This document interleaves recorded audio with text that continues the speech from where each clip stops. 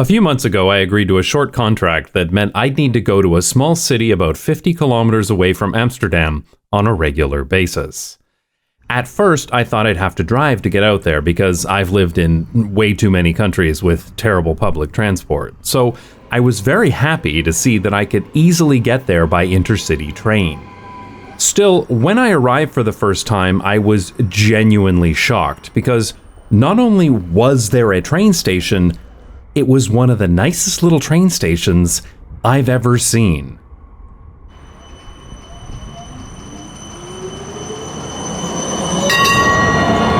This station is so ridiculously nice. The first time I came here, I just wandered around going, wow, look at this, and that over there. Oh, wow. This country never ceases to amaze me. But okay. I'll get into all these great things in a minute. Just let me give you some context first. This is Zeist, with a population of about 65,000 people. And this is Driebergen, a town of about 19,000 people. And this is the Driebergen-Zeist train station, located between the two of them. There's been a train station in this location since the mid-1800s, but it was a relatively unremarkable station in the middle of nowhere. It was just a stop on the way to somewhere else.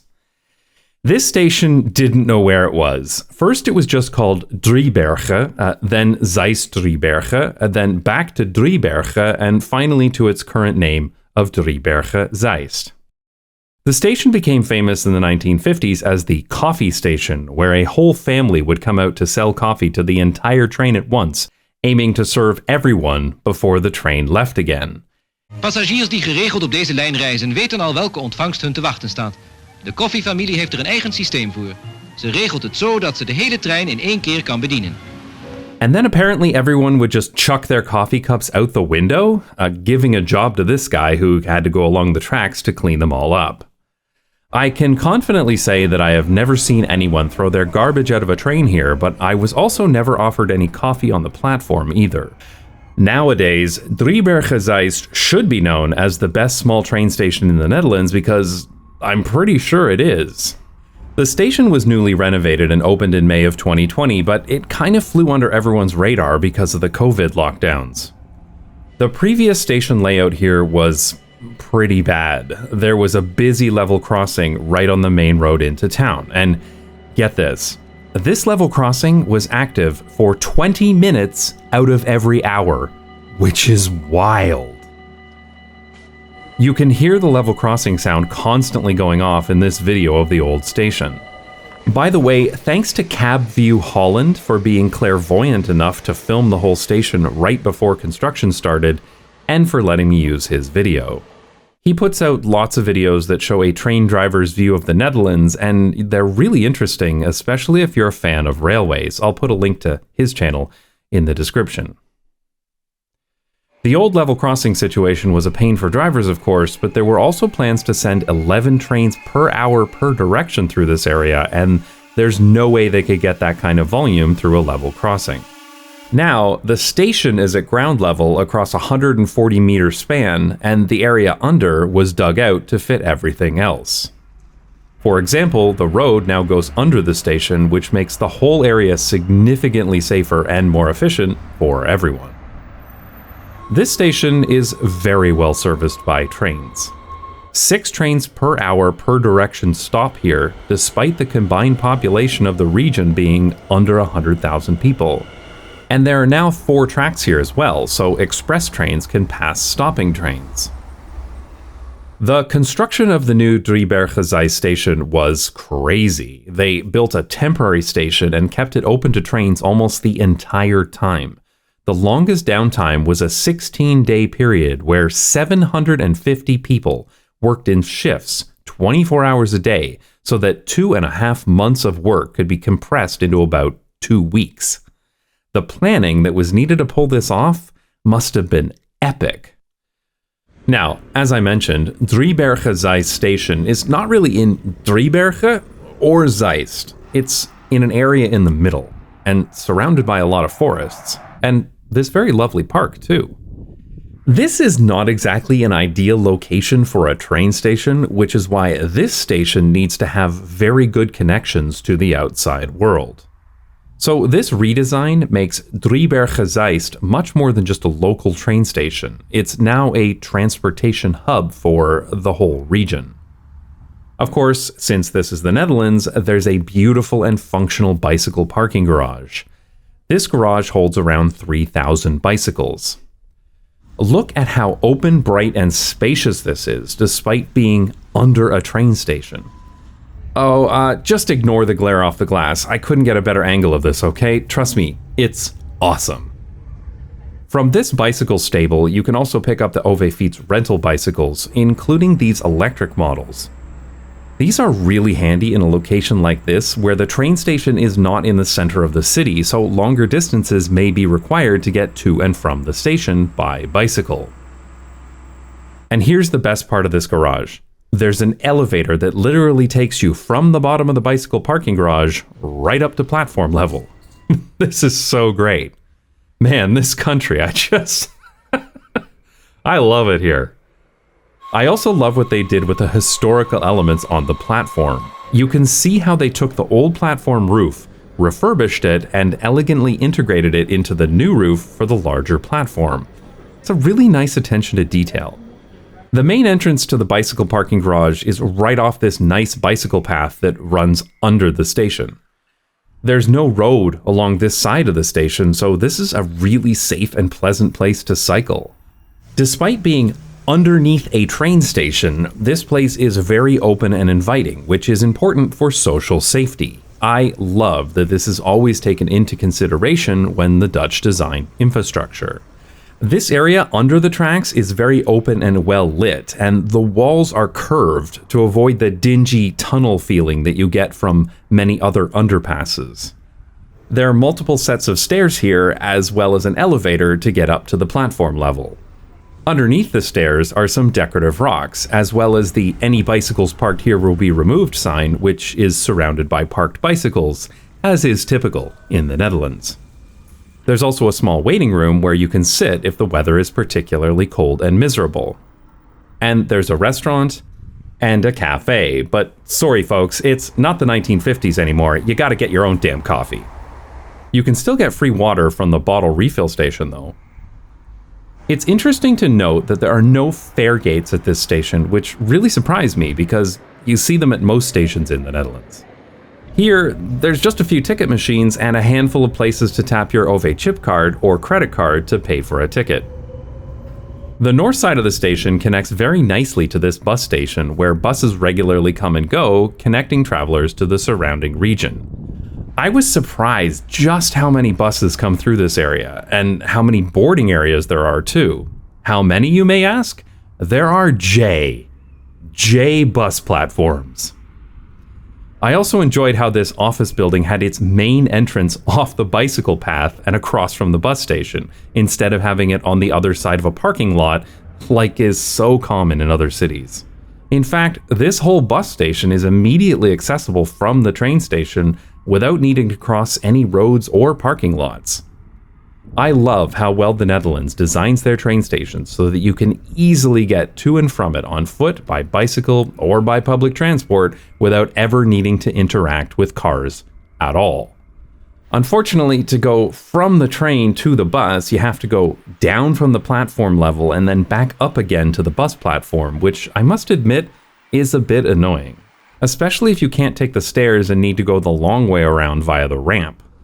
This is unavoidable with a central platform, and I suspect this design is the only way they could fit 4 tracks through this area. As you go past the bus station, and therefore the end of this new project, you can see that this is not some kind of urbanist paradise, but rather a relatively remote part of Zeist. There's a car dealership and a gas station immediately opposite the bus platforms, and there's a busy intersection with the main road and a bicycle path going into town. Still, it amazes me how safe the cycling infrastructure is, even here, with a safe 2-way crossing and a bicycle path in front of the car dealership and gas station, which is even big enough for this flatbed tow truck to unload a car in it while still leaving room for people to cycle around. Not that he should be parked here, but, gotta get them cars delivered, I guess. It's much nicer without the truck. One thing that surprised me is that these townhomes are right next to the car dealership and directly across the street from this business park. This is certainly an interesting example of mixed-use zoning. On the other side of the station is the only place where you'll see cars, at this small drop-off area. This is right off the main road and doesn't cross any of the bicycle paths, so there's never any conflict between people cycling and people dropping off by car. You can see from this angle how the drop-off area for the station is off the main road while people cycling ride on the left. And they get there by this bridge which goes over the main road. This is a great design. The main road itself is fully separated from the station area with this underpass, and there's a two-way cycling path on the far side for anybody cycling through. And notice how this underpass is designed correctly. The bicycle path doesn't go down nearly as far as the car lanes do because people cycling don't need that much headroom. This is so rare to see outside of the Netherlands. Most other cities just put the bicycle path at the same level as the car lanes, resulting in an unnecessarily steep hill for cycling. This proper design makes it trivially easy to cycle here, and of course, there's even more safe separation from cars this way too. I do have an issue with this one intersection though. I've been told that this traffic light defaults to green for cars unless a bicycle is detected, which kinda sucks, especially if you just picked up speed coming down the hill. Proving that, even in the Netherlands, traffic engineers can find ways to screw up an otherwise great situation. Farther down this street is the park and ride garage for 600 cars, which provides access to the station by people with no other option than to drive. What I find interesting about this though is that the park and ride garage is not next to the station or in the station, it's farther away. This keeps dangerous car traffic away from the station area, making it safer for everyone outside of a car. And you might have noticed that there are over 5 times as many parking spaces for bicycles than for cars. It's obvious that cycling is the favored method of travel to and from this station, followed by bus and passenger drop-off. It should be possible to drive to a train station like this, but driving is not and should not be the primary way that people get here, and this has been made very clear in the design. All in all, this station design is amazing. I absolutely love it, and I've been told that this will be the new template used to improve many other small train stations in the Netherlands, which is great. There is one thing that bugs me though, and that's my usual complaint about a lot of modern train stations. Bad land use. The area around the station is still relatively low-density office buildings, a handful of houses, and of course the gas station and the car dealership. Oh, sorry, there's a pancake house on the right here too. Given that there are now 88 trains per day between here and Utrecht, this should really be a place where a lot more people live and work. I mean, don't get me wrong, it's way better than Canadian train stations that are often surrounded by highways and parking lots, but I was still really surprised that this station is 3 years old, but I didn't see a single construction project. By comparison, Kampen-Zuid, a relatively new station, has a large residential development right beside it that was completed in 2018. Only 2 trains per hour per direction service this station, but the land use here is so much better than at Driebergen-Zeist. I really hope there are plans to redevelop this area in the future because having such a well-designed and well-serviced train station without a nice neighborhood around it is a huge wasted opportunity. In my case, I was very fortunate that the office I had to go to was walking distance from the train station, which made for a very pleasant commute. But there's one thing I just gotta mention that made this regular trip even better. The closest train station for me is Amsterdam-Zuid, but trains don't go directly from Driebergen-Zeist from Amsterdam-Zuid. They go from Amsterdam-Amstel, which is farther away. So I would either need to leave from Amstel or change at Utrecht to intercept that train. Utrecht Centraal is a great station and the busiest train station in the Netherlands, so transferring there is pretty easy. But for this particular trip, it was even better, because this trip had a cross-platform transfer. My train from Amsterdam Zuid would arrive at Utrecht, and a few minutes later, the train to Driebergen-Zeist would leave. But these trains arrived on either side of the same platform. That meant that my train would arrive here, and all I had to do was to go over here. I know that this isn't the only place in the world with cross-platform transfers, but I love that this is a thing. Somebody, somewhere, planned that this would happen, and let me tell you, as a traveler, it's like magic. I love it. My contract is over, and it sounds weird, but I legitimately miss coming to Driebergen-Zeist. This station is such a great example of modern, practical, and beautiful infrastructure design. This is what you get when you have decades and decades of experience building great places, and when you approach a development like this as a transit hub, integrated into a fully functioning transit network, instead of just another suburban train station with a parking lot. A project like this doesn't just come together on its own. It involves hundreds of talented people working together, including engineers and other technical disciplines. If you're interested in getting into engineering or just want a free and easy way to improve your skills in math and science, then I recommend Brilliant.org. Brilliant is an online learning platform for learning and improving your skills in topics like mathematics, science, and computers. I seriously wish this was available to me when I was studying engineering. Engineering professors are incredibly smart people, but ultimately they're researchers first and teachers a very distant second. So they can sometimes overcomplicate simple concepts, which is why the fundamentals of mathematics and science can often be learned so much faster and more effectively with a platform like Brilliant. Brilliant makes learning complex topics fun and interactive. It's not like reading a textbook. Whatever your skill level, Brilliant customizes the content to fit your needs and lets you learn at your own pace. If that sounds good to you, then give Brilliant a try. You can get started with a 30-day free trial, and if you'd like to sign up, then go to brilliant.org/notjustbikes to save 20% off an annual plan. Thanks to Brilliant for sponsoring this video.